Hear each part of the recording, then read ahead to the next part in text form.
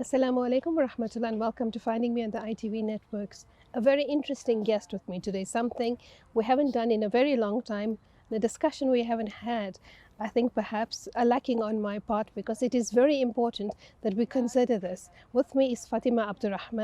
Fatima is a hiker, a climber, an activist in a way, and also a businesswoman and a mother. Fatima has recently completed the Everest base camp and she also participated in the climb to Mount Kilimanjaro.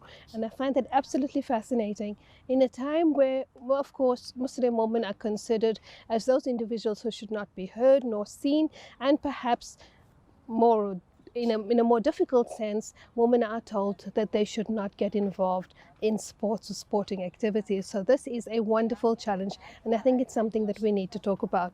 With that, I'd like to say Assalamu alaikum, Fatima, and welcome. Wa alaikum salam, and thank you for having me on your show. I think it's wonderful that you're one of the few women that I have met who is very actively involved in breaking down stereotypes and showing, of course, that women have a potential, a capacity, and also at the same time, you maintain your Islamic identity. You're still Muslim and you carry yourself with the dignity of being a Muslim.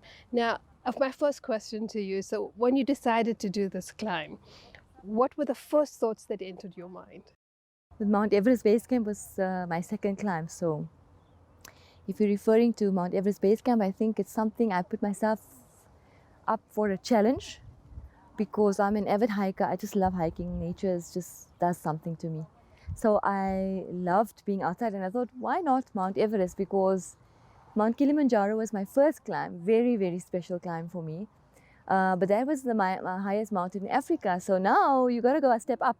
So the next one was Mount Everest, even though not the top, but Everest base camp is just as challenging. You need to train well before you go. So I thought it has a very nice ring if you say to somebody, I have climbed Mount Everest base camp. Also, it puts me up for a challenge. I needed that. We all need challenges to grow, and that is why I climbed. So when it came to Kilimanjaro, you said it was your first hike. I mean, you're an avid hiker. How do you go from hiking to want to do a mountain? Actually, the mountain was the first intention. That's how hiking started. It's amazing because we were part of the Lodium Cancer Care at the time when Dr. Abdur was the one that actually inspired us. He had done the climb and I thought this is very interesting. And so we were a team of 3 or 4 women that were keen on going. And so we decided let's do this climb for community, to give back to the community as a fundraiser. And so as a team, we were named Women Without Limits. And because we had left cancer care after a short time, we thought, let's do our own climb and raise funds. And this is where we had to start training for the actual climb. And that's where hiking came into. And otherwise, before that, I never thought of hiking. I might have thought about it when I was younger, want to be one of the boys, not a girl. Something different, not those feminine women. So was there ever at any point a discussion at that time that, that this is a challenge, you're Muslim woman, you're going out there, you're going to do this, you're going on your own, like all of those kinds of obstacles that are usually put in our path? Yes, there was that challenge where we're only women, we're Muslim women. And but that didn't stop us because so what if you're a woman? It doesn't stop you from doing anything. As long as our intentions were right, we were going for the right reasons. We were also going as a team, we were not on our own. So I think, those challenges did come up, but that didn't stop us. If you want something, you get it. And more importantly, you had a strong support from your own families, from your husbands, in your home, etc., isn't it? Yes, my husband was very, very supportive, didn't hold me back, and he knew he could trust me because that's the type of relationship we have. Now tell me, when you decided to do, okay, this is something we would like to do, you said at that point you had to consider preparation. Of course, training is very, very important, and it's wonderful because I think for a very long while, there was almost a stagnation in terms of Muslim women or just Muslims per se, Indians in our community, etc., involved in exercises. It seemed it's something that we just didn't do. I think in the apartheid era, our fathers, family members, etc., a lot of people played sports. They played tennis, they played, soccer, etc., cricket. But after post-1994, maybe just before that, there seemed to have been a lull in terms of exercise. And now suddenly it is as if this whole community is waking up again and recognizing that exercise is important. How important is exercise to you and perhaps as a framework for orientating yourself to the realization that I can do this? Well, exercise is a way of life for me. If I don't exercise, I feel like I'm missing out on something. And we all know that when you exercise, there's a hormone that gets released. It's a happy hormone, and that's what we crave. We actually become addicted to that. Any person that's in the exercise or in doing all of these hectic extreme sports, it's an addiction. It's a good addiction. So yes, it's very important to me, and I love walking. That's my basic one, but I love hiking more because it's in nature, and you just never know what you're going to get around the bend, and that's the surprise of life. That's what I love hiking about. And what you're going to see. So Yes. to prepare for Kilimanjaro, do they give you a specific routine? Do they tell you how much you have to do per day, or in a week, so many hours of exercise, etc., that you have to put in? What about diet, etc.? We actually set up our own. We made our own program on how to do hiking, but we actually trained every single day.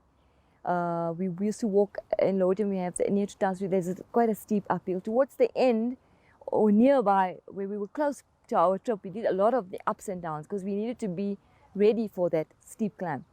But we would go hiking every week without fail, try different places. We hiked on our main place for hiking for Kilimanjaro was Groenkloof. I think we just loved it. We know every nook and cranny in that place now. And also, besides that, we tried other places. We went to Heidelberg, we went to Drakensberg. So we got to see a lot more and experience different terrain. The hiking is a big part of it, but a big part of the climb to Kilimanjaro was the altitude. And that's something you can't actually plan for. Your body will react as you go along. And for that, you just need to go slow. So that part of the training, we were not mentally prepared, but not physically prepared. And everybody's bodies reacted differently. So when you say mentally prepared, did you have to sit and actually do some research, check what the mountain was about, what the altitude was, the kind of challenges or obstacles that could possibly come in your way, perhaps difficulties that you might experience, and more importantly, did you as a group sit together and say, okay, so what happens if one of us feels like we want to give up?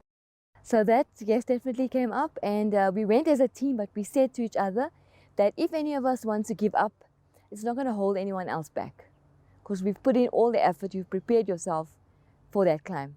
So luckily, it didn't happen that way. All of us made it to the top, and we had guides that were supporting us with that.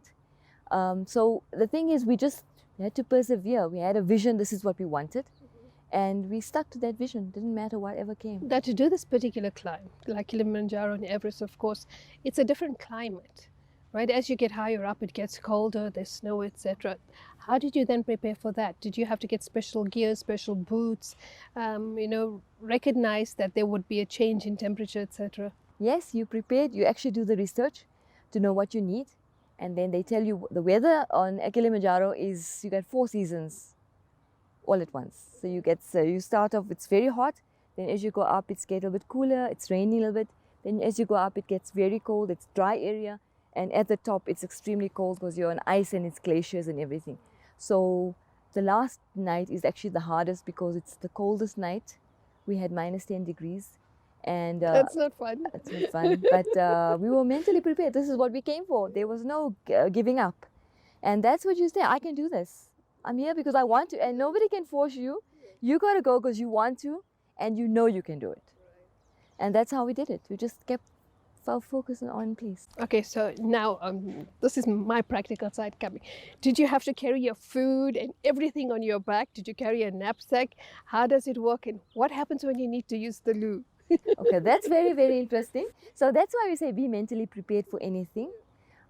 There's no toilets available. There are toilets, some of them it's a long drop, but with our lifestyle we can't use that. So most of the time when you're not at camp, so actually you climb every day from a point, you live in a tent, okay?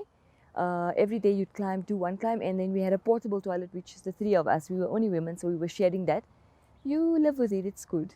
Better than having to share with other people.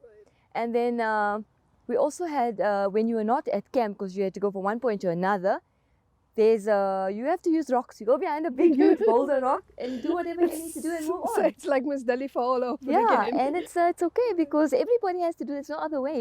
So you just make sure you carry wet wipes and your air fresheners and whatever you need to make to be comfortable.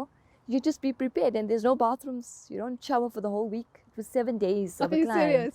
But you do get, thankfully and gratefully, you do get a big, a dish of water at the end of your climb, and you've got all the dust you've carried through the day. You get to use that little bit of water to wash with a little bit of water, and that's actually life.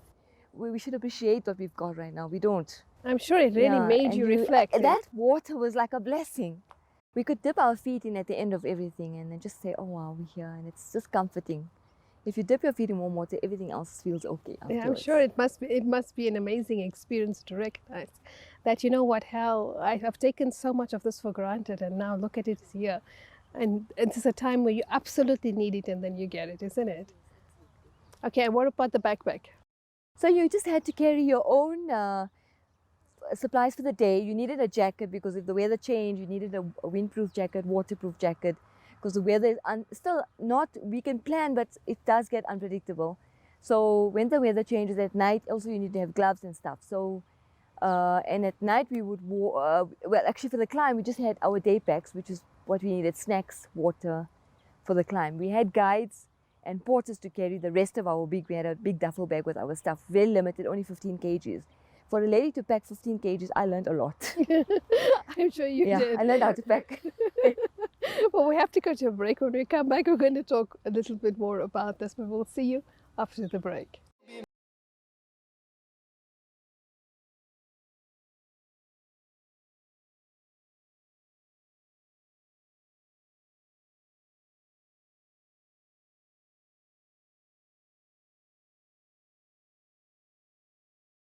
Assalamu alaikum and welcome to the second segment of Finding Me in the ITV Networks with my very special guest, Fatima, Abdur, and we're speaking about hiking, climbing Mount Kilimanjaro, the Everest base camp, and of course all the practicalities. Fatima, I was always intrigued, wanted to know about the practicalities besides just the excitement, and so thanks for sharing that. The loo was something that I really considered, and I think anybody who's been for Hajj, Muzdalifah prepares you for those things. Of course, the thought of, besides just carrying yourself, then you carry your day supplies, and you're dealing with the vigor, I suppose, and the rigor of the climb. You have to be mentally prepared, physically prepared. Tell me, what was the greatest challenge for you in terms of for Kilimanjaro, and then you can tell us about Everest. The greatest challenge for Kilimanjaro was actually just handling the altitude, because you can't breathe. So does that make your chest tight? Your chest gets tight, but we did take there was something you take to help you for adapting better, but you have to actually go slow. But the problem is everybody's level of handling that thin air is not the same. So for me, it was a challenge, and every step you take, you want to go fast, but you really cannot, because that's what your body will allow. So how high exactly did you climb? 5,865. That's the top. That's the summit of Kilimanjaro. Kilimanjaro, yes. Okay, and Everest? Everest is 5,365. The base camp? A little bit less, yeah. Sure, that's just the base camp. Yeah, just base camp. Okay, and what was the greatest challenge there? The greatest challenge there was, I think also for me, it was altitude, because the other things I managed. Initially, my biggest problem was I had a bit of a chest infection, so I was a bit concerned. I wasn't worried, okay, but I was concerned that I needed to be good in altitude. But Allah is so merciful that when I started off, I had a cough, and as I went up, it was okay. I did the climb, and as I was coming down, it started again. But for that moment, I was okay. And that was my biggest worry, that will I be able to make it? Because I've got a problem with my chest. So did you have this yay moment when you get to the summit? I did. No, it's not even a yay. It's like, I made it, but like the tears are streaming out. Serious? It's a moment like, emotional. I actually did it, very emotional. I couldn't even stop crying, and people are telling me, listen, you okay, you made it, just stop crying. I can't. It's to embrace that moment is when you've done it yourself. That taste of feeling is something you have to feel yourself. It's just amazing. Yeah. So tell me, so the first one, Kilimanjaro, was about, you said Kilimanjaro was most importantly to raise funds for the community, etc. and then Everest, you went on your own. But in both instances, was it still ultimately your own, or was it to raise funds, something, a greater good, giving back? Yeah, I think when you have a purpose in your life to do something, it becomes so much better, so much more interesting, so much more exciting. So we did do a climb. This climb for Everest was to raise funds for SA education for those kids that cannot afford school shoes. There's a few schools we chose across the country, and we raised 14,000 pairs of school shoes, which was 140,000 as a team collectively. And that was why we actually did the climb. And then after the climb, you took these school shoes and you went to the different... After the time, we were given dates on which when the different school shoes will be distributed. So we couldn't make it for all, but the last one we did, it was in Everest, and that day we delivered, I think it was 400 pairs of school shoes, and it was amazing to see those smiles on those kids' faces. Can you imagine, again, something else that we take so much for granted? Definitely. Isn't it? We don't think twice about putting on a pair of shoes. No, you don't, because you can afford it. When you can't, that pair of shoes means so much to you. Now, Fatima, you're involved in very many things. You're also president of a particular organization. You do some motivational talks. You're busy writing your own book. Tell us a little bit about your social activism. My social activity is I'm a volunteer at Robin Banks Mind Power, so I've been involved quite a long time, and I normally just go when they're having their causes. So it's quite a lovely place to be because you meet a lot of people and you're having this energy that's pulsating and vibrating from you, because that's what you need to give to everyone else. That's why they're there. They're all looking for something to feel good. And so it gives me immense reward to be part of that. Besides that, I also part of the Toastmasters. So I'm learning to do better with my speaking and also helping others in my team. And also... so what is this Toastmasters organization? So Toastmasters, it's a club where we learn to speak confidently in public. Also, we're building our own confidence in ourselves because we're doing presentations at work. Whoever's needing this. Presentations at work, they need to do... they need to address their company for whatever reason. So it's just building that confidence. And when you can stand speak in front of a whole lot of people confidently, then you've achieved something. It's not easy to do that. A lot of people, yes, have this fear. The biggest fear is public speaking, not even death. Yes. Death is second. Are you serious? I'm serious. Statistically, okay. That's what's been established. So, in this way, also you're empowering women through the Toastmasters, and you also have a very particular passion, and you said about the youth. I do have I feel our youth is our foundation. My first passion is for women, because I feel women need to get out there and just do their thing and, show up for themselves, if not for anyone else. Because if you don't show up for yourself... It builds you, isn't it? It builds definitely, you. It builds you. If you build yourself, you can build a nation. You can build your family, your children, and everyone else around you. It's a magnetic energy you send out that people say, I also want to be like this. Okay, maybe I can also do it. There's a maybe, there's a possibility. That's what I love to do for women. And for children, I've seen my children in school, and I've seen their challenges that their peers are experiencing with all the suicide and stuff that you hear about. I feel they need a bit of direction in the way they're thinking, in thinking more mind power techniques, thinking more in a positive way instead of only focusing on the negative. So I'd like to do that more for our kids at school, and also just empower them that anything is possible. Going out, engaging with nature, doing these hikes, challenging your own body, but whilst finding a rhythmic movement with the nature in which you're in, is perhaps, I would say, a very positive, not only a positive, but a very powerful moment. You're absolutely in the moment. Do you find that when you're in that moment, that either your mind gets very clouded or very cleared? What do you feel? If you're in that moment, you're only in that moment, and your mind is absolutely clear.